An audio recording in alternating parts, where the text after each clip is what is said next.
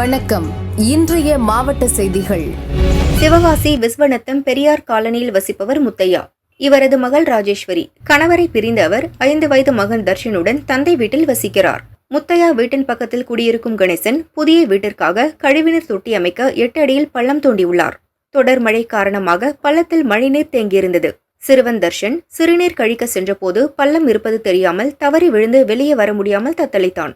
மகனை தேடிய ராஜேஸ்வரி தண்ணீரில் தத்தளித்த மகனை காப்பாற்ற முயன்றார்.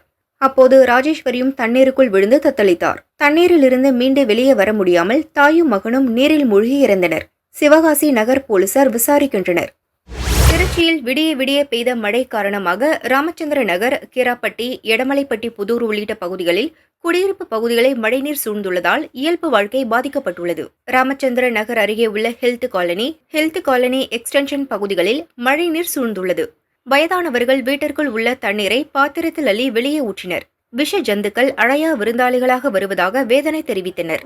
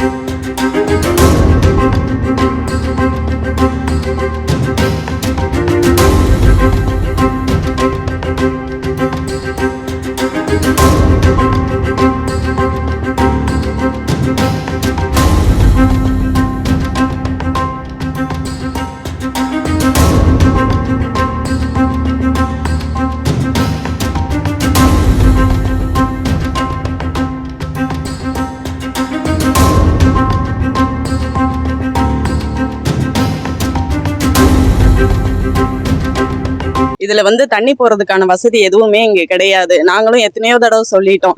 ஒரு தடவை மழை பெஞ்சாவே இவ்வளவு தண்ணி சேர்ந்துருது சார். பிள்ளைங்க எல்லாம் ஸ்கூலுக்கு போறதுக்கு கூட வழி இல்லாம ரொம்ப சிரமப்படுறோம்.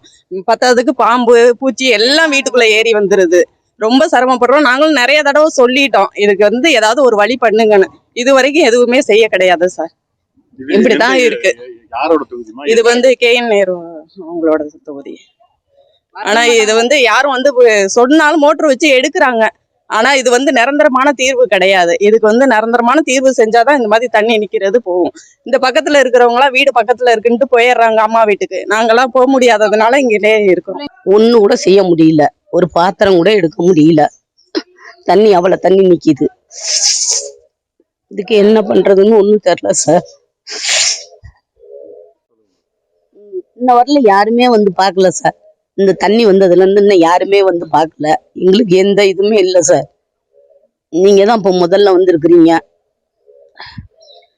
தண்ணி வடிகிறதுக்கு ஏதாவது வழி பண்ணி கொடு சார். ஒரு வாரமா மழை பெஞ்சுக்கிட்டு இருக்குங்க சார். இது யாருமே நடவடிக்கை எடுக்கல. ஆனா இப்ப எடுக்க வேண்டிய நடவடிக்கை கொஞ்சம் முன்னாடியே எடுத்திருந்தாங்கன்னா வீட்டுக்குள்ள எல்லாம் தண்ணி பூந்திருக்காது. பிரிட்ஜு, சாமான் சட்டு, டிவி எல்லாமே வீணா போயிருச்சு. ஒரு இயல்பு வாழ்க்கைக்கும் போக முடியல. ஒரு சமைக்க கூட முடியல சார். இதுக்கு எந்த நடவடிக்கையுமே எடுக்காம இருக்காங்க. கொஞ்சம் பார்த்து நடவடிக்கை எடுத்து கொடுங்க சார். முந்தா நாள்ல இருந்து மழை பெய்யுது. நைட்டு நல்லா ஒரு கேட்டுக்கிட்ட இருந்துச்சு. இப்ப பார்த்தா உள்ளே வந்துருச்சு. வீட்டுக்குள்ள எல்லாம் வீட்டுக்குள்ள இருக்கு. இல்ல அத செய்யுங்க. தண்ணி போகிறதுக்கு வசதி இல்ல. சாக்கடையும் இல்ல. ரோடு வசதி போட சொன்னா அதுவும் போடல. இப்படியேதான் இருக்கு. வருஷம் இதே மாதிரிதான் சார் பிரச்சனை. மழை பெஞ்சா இதேதான் தெரியல. என்ன பண்றதுனே தெரியல. எல்லார்ட்டையும் நாங்களும் சொல்லிட்டோம். ஊட்டியில் ஸ்ட்ராபெரி பழ உற்பத்தியாளர்களுக்கான கருத்தரங்கு நடைபெற்றது. ஊட்டி தோட்டக்கலைத்துறை இணை இயக்குநர் சிபிலா மேரி சிறப்பு விருந்தினராக பங்கேற்றார்.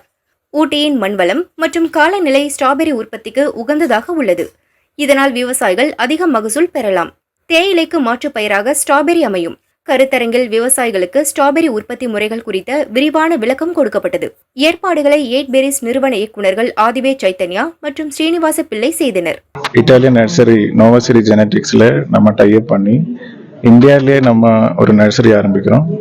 நம்ம இந்தியாவிலே நம்ம நீலகிரிஸ்ல டைரக்ட் நம்ம பிளான்ட் தயார் பண்ணுவோம். அப்போ நமக்கு இம்போர்ட் காஸ்ட் வராது. நல்ல varieties, best performing varieties with strawberries with good taste, good shell life. We are going to start in Ooty.